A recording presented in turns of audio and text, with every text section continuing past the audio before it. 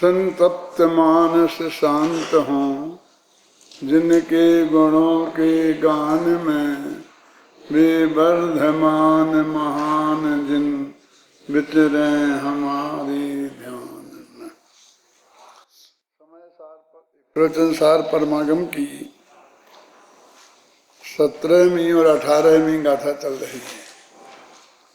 16वीं गाथा स्वयंभू की गाथा कहलाती है और स्वयंभू शब्द का अर्थ होता है कि जो स्वयं से सब कुछ हो, जो स्वयं से सब कुछ बना हो। लोक में अपन कहते हैं ना कि ये तो स्वयंभू नेता है, माने इन्हें किसी ने नेता बनाया नहीं है, ये किसी चुनाव में लड़कर खड़े नहीं हुए हैं, किसी ने इन्हें राज तिलक नहीं किया है, लेकिन ये अपने आप में इतने महान हैं कि जहाँ खड़े हो जाएं तो चारों ओर से लोग घेर लेते हैं, जय के नारे लगाने लगते हैं। और जब उनसे पूछते हैं कि ये कौन है, ये कौन है, तो कहते तू नहीं जानता कि तू कौन है। जो ये नहीं जानता कि ये कौन है, माने ये इतने अधिक सर्वजन के द्वारा जाने हुए हैं कि इन्हें कुछ होने की जरूरत नहीं है। इनकी उपस्थिति होने के लिए ये किसी पद के कारण यहाँ नहीं आए हैं कि साहब ये मुख्यमंत्री हैं, प्रधानमंत्री हैं, गृह मंत्री हैं, इसलिए हमने यहाँ बुलाया है। ये सच्ची बात है कि यदि वो नहीं होते प्रधानमंत्री, गृह मंत्री, तो शायद हम उन्हें नहीं बुलाते। यानी वो पद की वजह से आए हैं, उन्हें कुछ होने की जरूरत है, कहीं भी जाने के लिए, आने के लिए, सम्मान पाने के लिए। और कुछ लोग ऐसे ही होते हैं कि उन्हें कुछ होने की जरूरत नहीं है। अशोक जी, कांजी स्वामी कौन थे? अध्यक्ष थे कहीं के, मंत्री थे, क्या थे? मुनि थे, आचार्य थे, पंडित थे, गृहस्थ थे, कि उन्हें होने के लिए कुछ होने की जरूरत नहीं है। बस कांजी स्वामी थे, जो स्वयं से ही सब कुछ हो, जिसे होने के लिए किसी पदमद की अपेक्षा नहीं हो, कोई दूसरा उसे स्वीकार करे इसकी अपेक्षा नहीं हो। अपने देश में गांधी जी थे ना, किसी पद पर नहीं थे, कहते कांग्रेस के 54 सदस्य नहीं थे, लेकिन सारी कांग्रेस उनके इशारे पर चलती थी। और जब तक उनके इशारे पर चलती रही, हिंदुस्तान में राज किया। सैकड़ों बरस बाद तक, महात्मा गांधी के जाने के बाद, सिर्फ उनके इशारों पर चलने के कारण सैकड़ों वर्ष तक राज की गद्दी पर बैठी रही। ये वो हैं। तो हमारे कहते हैं अरहंत भगवान 16वीं गाथा में कि 16 आना सत्य है। पुराने ज़माने में 1 रुपये में 16 आने हुआ करते थे ना, जब 16 आने की बात हम करते थे तो 100% उसका अर्थ होता था, है ना, 100% शुद्ध। ऐसा ये स्वयंभू हमारे भगवान क्या हैं, अरहंत भगवान क्या हैं कि स्वयंभू हैं। कि ये स्वयंभू कैसे बने, कि स्वयं से बने। स्वयंभू बनने के कर्ता भी यही हैं, कर्म भी यही हैं, करण भी यही हैं, संप्रदान भी यही हैं, अपादान भी यही हैं और अधिकरण भी यही हैं। सब कुछ यही हैं। लोक में हम देखते हैं कि जब एक काम होता है, जरा सा काम होता है, छोटा सा फंक्शन किया अपन ने 1 दिन का, तो इतनी बड़ी कमेटी बन जाती है। उसका लेटर हेड छपता है, जैसे 1 पेज पे तो पदाधिकारियों भी के नाम ही नहीं बनते हैं पाटनी जी, क्यों? कि काम क्या होना है कि महाराज आए हैं और उनका प्रवचन होगा, यही काम है ना। बोलो कि महाराज की व्यवस्था, महाराज की व्यवस्था क्या होना है? सैकड़ों लोग अपने आप चौका लगाएंगे, महाराज निकलेंगे तो नवदा भक्ति पूर्वक उन्हें जमाएंगे। तुम्हें क्या करना उसमें? तुम्हें क्या व्यवस्था करना है? बस थोड़े आगे पीछे दौड़कर ये बताना है कि मैं कुछ हूँ इसमें, कि व्यवस्था मैंने की है। अरे किसी की हुई व्यवस्था में मुनिराज आहार नहीं करते, क्योंकि उसको उद्दिष्ट आहार बोलते हैं। वे कहते हमारे उद्देश्य से बनाओगे तो हम नहीं आएंगे, हमें और तुम्हें दोनों को दोष लगेगा।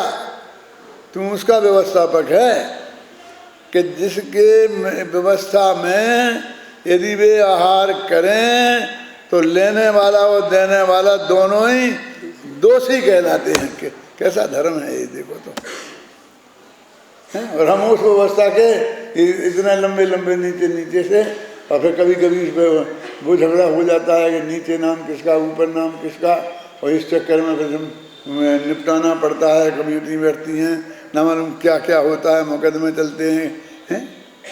हम समाज के कल्याण के लिए आए हैं ना, सेवा करने की भावना से आए थे। सेवा करने के लिए गांधी जी को क्या जरूरत थी? देश का प्रधानमंत्री रहने की जरूरत थी? किसी पद की जरूरत थी? हैं? और सारा देश उनकी आज्ञा मानता था। उनने कहा कि यदि तुम मेरी ये बात नहीं मानोगे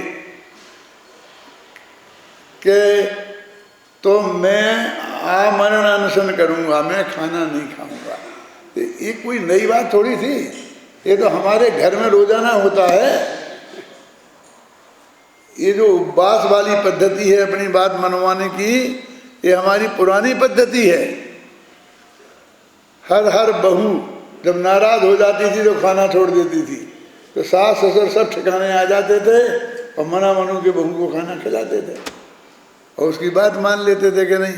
छोटा बच्चा होता था तो वो भी खाना छोड़ देता था। बुजुर्ग माँ बाप होते थे, वे नाराज हो तो वो भी एक टाइम खाना छोड़ देते थे। क्यों? लेकिन वो 2 टाइम पे नहीं होता था कभी। कैलाश जी ऐसा नहीं होता था कि 2 दिन पिताजी बैठे रहे भूखे, फिर तीसरे दिन कोई ने सोची क्या मैंने हम मनाए, ऐसा नहीं होता था।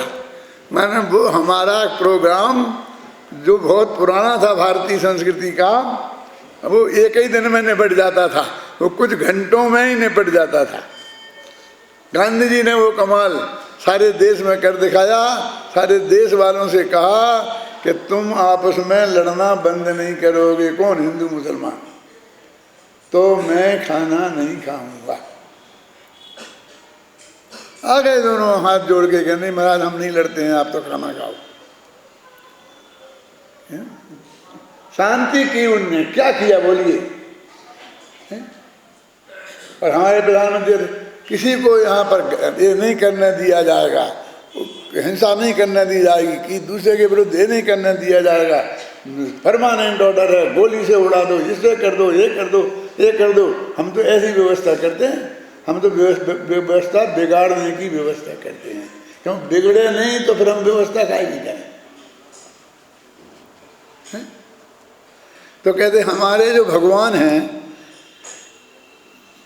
विश्व में सबकी बात मैं आपसे कहता हूं, एक की बात नहीं। हिंदुओं के भगवान राम जो भी नाम देना हो आपको, वो सारा काम वो करते हैं, राम की मर्जी के बिना पत्ता नहीं हिलता। मुसलमानों में खुदा की मर्जी के बिना पत्ता नहीं हिलता, ईसाइयों में गॉड की मर्जी के बिना पत्ता नहीं हिलता। अब हमारे भगवान की मर्जी ही नहीं होती, क्योंकि मर्जी को तो वे मिथ्यात्व तो कहते हैं, मर्जी को तो वे इच्छा कहते हैं। इच्छा तो बंद का कारण है। क्यों? मेरी मर्जी से दुनिया चले ऐसा उनको विकल्प ही नहीं है। ये मर्जी के त्याग का नाम भगवान है। वो कहते सारा जगत इतना बढ़िया चल रहा है, अनादिकाल से चल रहा है और अनंत काल तक चलेगा, कैसे अव्यवस्था होती है कि कोई कहीं अव्यवस्था नहीं है, जो व्यवस्था के अंतर्गत ही अव्यवस्था है। उसके लिए मेरा एक ही प्रश्न होता है सीधा सच्चा कि ये जो हो रहा है, जैसे आप ऐसे विद्यार्थी बैठे ना, सब व्यवस्थित ढंग से बैठे इस क्लास के आगे पीछे, ये नहीं करता कोई विकल्प, तो भी आकर इस हॉल में ऐसी इस तरह की विचार है ये लगी हैं, तो ऐसे ही बैठने वाले थे। और कौन कहाँ बैठेगा, भगवान महावीर से प्रमोशन में कोई पूछे तो वे बता सकते थे कि नहीं? शांतिलाल जी आप कहाँ बैठेंगे ये भगवान महावीर को पता था कि नहीं था? तो आप अपनी मर्जी से बैठे हो, तो आपको किसी ने जबरदस्ती बैठाया है? ये स्पीकर में अपना गला खराब करने वाले ये व्यवस्था, उनकी व्यवस्था के अनुसार आप बैठे हो? बिल्कुल नहीं। वो कहते हैं कि हे भगवान, भगवान बनने जैसा महान कार्य, इससे बड़ा काम तो दुनिया में कोई है नहीं ना, कि आत्मा स्वयं भगवान बन जाए। स्वभाव से तो भगवान है ही, अरे स्वभाव से भगवान है और स्वभाव से ही भगवान बनने की शक्ति इसमें है, भगवान बनने की शक्ति का स्वभाव भी इसमें है। और वो कैसे बनेगा वो भी इसके स्वभाव में ही पड़ा है। ये बट का इतना सा बीज है ना, उस बीज के अंदर कैसे किस विधि से वो बट का वृक्ष उगेगा और वो कितना बढ़ेगा और कितने साल तक जिंदा रहेगा, ये सब उसमें लिखा है कि नहीं लिखा? लिखा है माने नक्की है कि नहीं है? बोलो, कि भगवान से पूछने की जरूरत है महाचंद जी हैं कि भगवान तुम बता दे? अरे बच्चे से पूछ लोगे, इतना सा छोटा ये बीज है, तो जहाँ हम इसे उगाना चाहते हैं, जहाँ डालो तो उसके चारों तरफ 25-25 गज तक कोई दूसरी चीज मत लगाना, क्योंकि वो उगेगी ही नहीं, उसको कुछ खाने को मिलेगा ही नहीं, यही सब कुछ खा जाएगी वहाँ की जो पैदा होने के लिए और बढ़ने के लिए देख जाइए ये पेड़, और इतना फलेगा फूलेगा क्या कि 1000 वर्ष तक ये बराबर रहेगा। अपन नहीं जानते हैं। और एक गेहूं का दाना उससे तो बड़ा होता है ना, मेरे ख्याल से बट के बीज में और गेहूं के दाने, एक गेहूं के दाने में 5-7 बट के बीज होंगे, लेकिन ये 100 दिन में खत्म हो जाएगा। क्या उसमें कितने कितने बीज लगेंगे उस बट में? क्या अगिनत, उन्हें कोई गिन नहीं सकता, गिन नहीं पाया आज तक। अनंत भगवान ने जान लिया हो केवल ज्ञान में तो अलग बात है, इतने बीज लगेंगे और एक एक में इतने इतने बट बनने की शक्ति होगी।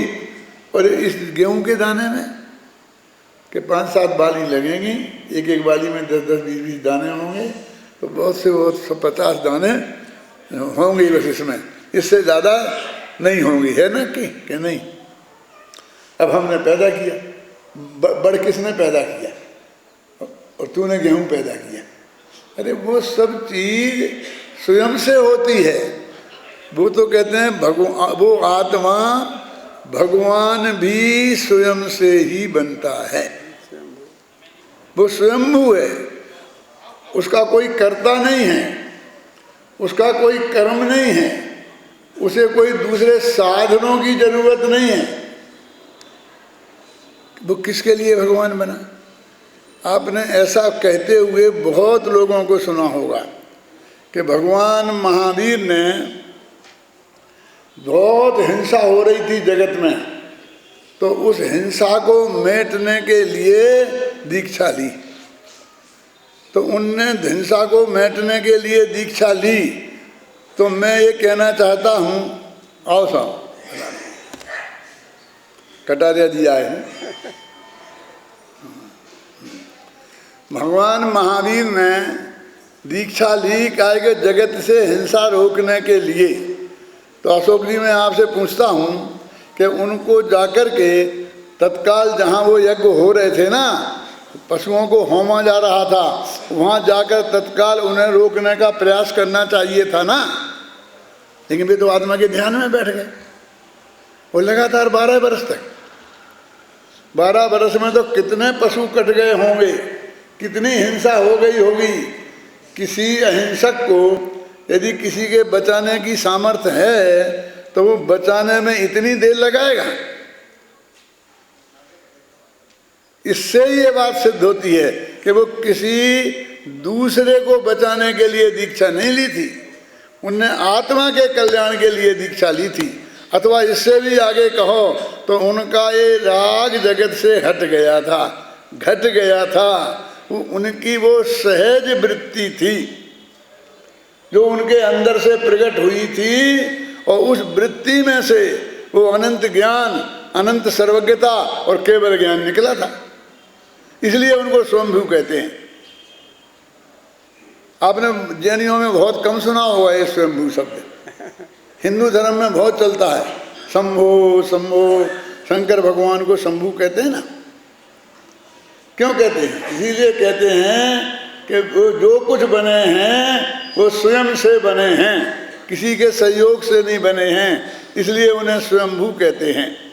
जैन दर्शन में भी कहते ये आत्मा में ऐसी ताकत है कि स्वभाव से तो भगवान है ही, और जे चाहे तो अपने आप ये पर्याय में भी प्रकट रूप से भगवान बन सकता है। लेकिन वैसा भगवान नहीं कि जो किसी को करे, ऐसा भगवान नहीं जो किसी को मारे, ऐसा भगवान नहीं जो किसी को बचाए, ऐसा भगवान नहीं किसी की रक्षा करे, ऐसा भगवान नहीं जो किसी को बनाए, दुनिया भर के काम जिसके माथे पर हों, ऐसा भगवान नहीं। सहज ज्ञाता दृष्टा, सारे जगत में देखने जानने वाला कि जो जगत में क्या होने वाला है, क्योंकि सब पदार्थ में, सब पदार्थ स्वयं से भगवान हैं और उनमें विकसित होकर बड़ा बनने की शक्ति है। किसी को जरूरत नहीं है। जैसे मैंने उदाहरण दिया ना कि वो बड़ का एक बीज है, उसे बनकर बड़ बनने के लिए तुम्हारे क्या सहयोग की जरूरत है? लाखों बड़ जितने ये जंगल में लगे हैं, उगे हैं, उन्हें किन किन ने बोया है, किन किन ने सींचा है, किन किन ने उनकी सुरक्षा की है? वे अपने आप ही हुए ना। बस 2-4 थोड़ा हमने कर लिया अपने स्वार्थ से कि एक खेत में लगाई, सब्जी लगाई, अनाज बोया और उसके करता धरता हम बन गए। लेकिन वैसे ही चीज़ें लाखों जंगल में ऑटोमेटिक तरीके से पैदा हो रही कि नहीं हो रही?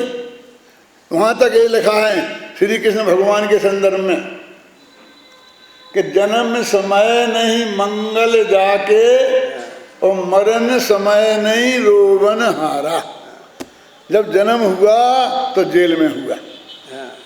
एक शहरिया के यहाँ भी बाल बच्चा होता है तो वो अपने घर की ताली उठाकर और ऐसी ऐसी पीट लेता है, लेकिन उनके जब जन्म हुआ तो कोई ताली बजाने वाला भी नहीं था। जन्म समय नहीं मंगल जाके और मरण समय नहीं रोवन हारा, और बीच में चक्रवर्ती सम्राट बन गए।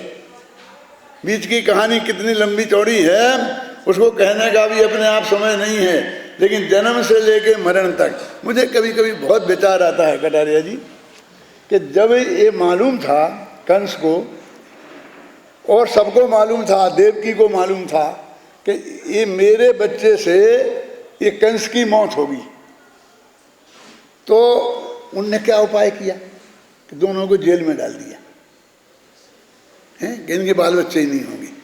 और फिर जब बच्चा पैदा हुआ तो उसे मार डाला, दूसरा पैदा हुआ उसे मार डाला, तीसरा पैदा हुआ, 8 पैदा हुए और 8 को मार डाला, और 9 में पैदा हुए श्री कृष्ण।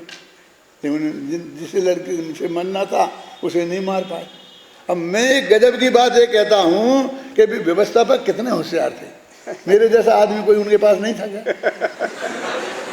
उन्होंने जेल में रखा तो एक कमरे में दोनों को रखा क्यों? इनके बच्चा पैदा नहीं हो इसका उपाय एक कमरे में रखना था, क्योंकि मुझे मारना है। लेकिन तुम मारने की क्या जरूरत थी? अलग अलग कमरों में कैद कर देते तो बच्चे पैदा ही नहीं होते। इतनी बात बताने वाला कोई नहीं था। वो तो जाने दो, वो तो बेवकूफ था ही। कौन? कंस को बेवकूफ कहने में कोई दिक्कत नहीं है हिंदुस्तान में। अब मैं जरा विचार करता हूँ, कृष्ण जी के पिताजी जो वसुदेव जी हैं, वो अपने यहाँ भी बहुत महान हैं, कामदेव हैं। तो वसुदेव जी की ये समझ में नहीं आई कि ये कंस ने जेल में डाला है, मेरे पहले बच्चे को मार डाला, दूसरे को मार डाला, तीसरे को मार डाला। देवकी की समझ में नहीं आई कि वे पैदा पे पैदा किए जा रहे हैं, कि तो मार डालेगा, पैदा ही क्यों किए उनने? उनने कौन सी समझदारी का काम किया? जेल में पड़े थे तो वहां उन्हें कहाँ भोग की बात सोचनी चाहिए थी? ये तो आत्मा का ध्यान क्यों नहीं करते थे? संयम से नहीं रह सकते थे? कोई साधन नहीं थे यदि फैमिली प्लानिंग के, तो संयम तो था। और जैसी परिस्थितियों में वे थे वैसी परिस्थितियों में तो संयम से रहना ही चाहिए थी। पर वे मारे जा रहा है और वे पैदा किए जा रहे हैं उसके मारने के लिए। ये कहाँ का विवेक है? लेकिन हम नहीं सोच सकते हैं, क्योंकि हमारी बुद्धि इतनी कुंठित हो गई है। ये तो शास्त्र की बात है। अभी झगड़ा भी हो जाए, यदि इसको ज़्यादा जोर से बात को उठाई जाए तो सारे देश में मारपीट शुरू हो जाए, झगड़ा खत्म हो जाए, अपना जीवन खतरे में पड़ जाए। विचार करें हम गंभीरता से। लेकिन एक साधारण सी बात थी कि वो आखिरकार अंत में यही कहेंगे उसको ऐसा ही होना था, है ना। तो श्री कृष्ण को चुरा करके लेके गए और एक ग्वाले के यहाँ उन्हें पले पोसे। एक जो चक्रवर्ती बनने वाला है, जैन धर्म के हिसाब से भी अर्धचक्री हैं, नारायण हैं। आप जानते कि नहीं जानते? नारायण नियम से अर्ध चक्रवर्ती होता है। जिसे चक्रवर्ती बनना था उसका बचपन कैसे बीता, कहाँ बीता? एक ग्वाले के घर में। हम चाहे जितनी बड़ी बातें कर लें और उन ग्वाले को भी बहुत महान बना लें, होते भी हैं, लेकिन वो हमारी सामाजिक व्यवस्था में वो कहाँ बैठते थे? जो गाय भैंस चराए वो सबसे ज़्यादा स्थूल बुद्धि माना जाता है। उसके घर में उनका पालन पोषण हुआ है। और वो फिर अपने पुरुषार्थ से किसने उन्हें सहयोग किया, मैं आपसे पूछना चाहता हूँ। अर्ध चक्रवर्ती सम्राट बने, जरासंध को मारा, कंस को मारा, जो भी सब हुआ, इतनी स्थिति में पहुंचे। और जब नेमिनाथ भगवान ने ये बताया कि 12 वर्ष बाद द्वारका नगरी जल जाएगी, है ना, तब कल्पना करो, 2 मिनट एक कल्पना करो आप। मुझे मालूम है कटारिया जी को जल्दी जाना है, मैं 5 मिनट में ख़त्म करूँगा। हाँ हाँ, तो मैं आपसे एक बात कहता हूँ, जरा गंभीरता से विचार करें कि जब ऐसी सभा बैठी होगी जिसमें सारी जनता द्वारका की थी, द्वारका की थी जनता, कोई बाहर का नहीं था, और उनने कहा होगा कि 12 बरस बाद शराब के निमित्त से, क्रोध के निमित्त से द्वारका नगरी जल जाएगी और उसमें कोई नहीं बचेगा श्री कृष्ण और बलदेव के अलावा। सब समाप्त हो जाएंगे और सारे भस्म हो जाएंगे। तब वो द्वारका नगरी में वहाँ उस प्रवचन में बैठे हुए लोगों को कैसा लगा होगा, क्योंकि वो सबकी दुकानें द्वारका में ही थी, सब उनके सारे रिश्तेदार भी द्वारकाई में थे, कोई बाहर नहीं था। माने सब मर जाएंगे, जल जाएंगे। क्या सोचा होगा? हाँ, ऐसे लोग भी बैठे थे कि उन्हें ये सुनकर वैराग्य हो गया और उन्होंने दीक्षा ले ली। वे भी साधु बन गए और केवल ज्ञान प्राप्त करके मोक्ष चले गए। ऐसे लोग भी बैठे थे कि इनने कह दें कि द्वारका जल जाएगी, देखें कौन जलाता है। वो दीपायन जलाएगा। अरे तुम समझते क्या हो, ना रहे बांस ना बजे बांसुरी। दीपायन रहेगा तब तो जलाएगा। और शराब की एक बूंद नहीं रहेगी द्वारका में, शराबबंदी लागू कर दी कड़काई से। अब देखें, मैंने पक्का इंतजाम कर लिया है, अब द्वारका कैसे जलती है। ऐसी विचार वाले भी बैठे थे। कौन? जिन्हें जहाँ जाना था वैसे उनके विचार थे। जिन्हें मोक्ष जाना था उन्हें दीक्षा लेने का भाव आया, उनको उस घटना को रोकने का भाव आया। अच्छा भाव था ना। यदि हमारे ऐसी व्यवस्था है कि जयपुर में ऐसा भयंकर दंगा होने वाला है, आतंकवादी आ गए हैं, वे ऐसा कर देंगे ऐसा कर देंगे, तो अपन व्यवस्था करेंगे कि नहीं करेंगे? तो उन्होंने अच्छा काम किया था ना। हर एक आदमी सोचता है, कोई ऐसी बड़ी गलती नहीं की थी। हम यही तो करेंगे ना, हम बढ़िया से बढ़िया व्यवस्था करने की सोचेंगे कि दीक्षा लेके चले जाएंगे। उस वक्त तो दीक्षा लेने वाले ना समझ में आए होंगे कि काम मौके पे काम करना चाहिए था। वो कह दिया कि द्वारका जल जाएगी, देखें कौन जलाता है। जैसे नेमिनाथ चैलेंज दे रहे होंगे कि मैं जलाऊंगा। अरे भैया भी कहते मैं थोड़ी जलाऊंगा, मुझे तो 12 वर्ष बाद जलती द्वारका दिखाई दे रही है। मैं तो सिर्फ जान रहा हूँ और मेरी वाणी में निकल रहा है। जैनियों के भगवान तो ज्ञाता हैं और बहुत से बहुत वक्ता हैं, समूचा में बैठ कर बोलते हैं। आगे इसके आगे तो कुछ करते ही नहीं है ना, करता धरता है ही नहीं। लेकिन जगत का जो होना है वो सब निश्चित है, सब धर्म मानते हैं। इस सिद्धांत को लेकर यदि हम सारे देश के पास भी जाएं तो देश का एक भी आदमी नहीं होगा जो इसके विरोध में जा सकता है। और उनके अंदर में शुद्धता और सात्विकता और सदाचार आए बिना रहेगा नहीं। इसलिए हमको भगवान महावीर के जीवन को, उनके सिद्धांतों को, उनने क्या कहा उसे गहराई से समझना चाहिए और अपने जीवन में उतार कर सुखी होना चाहिए।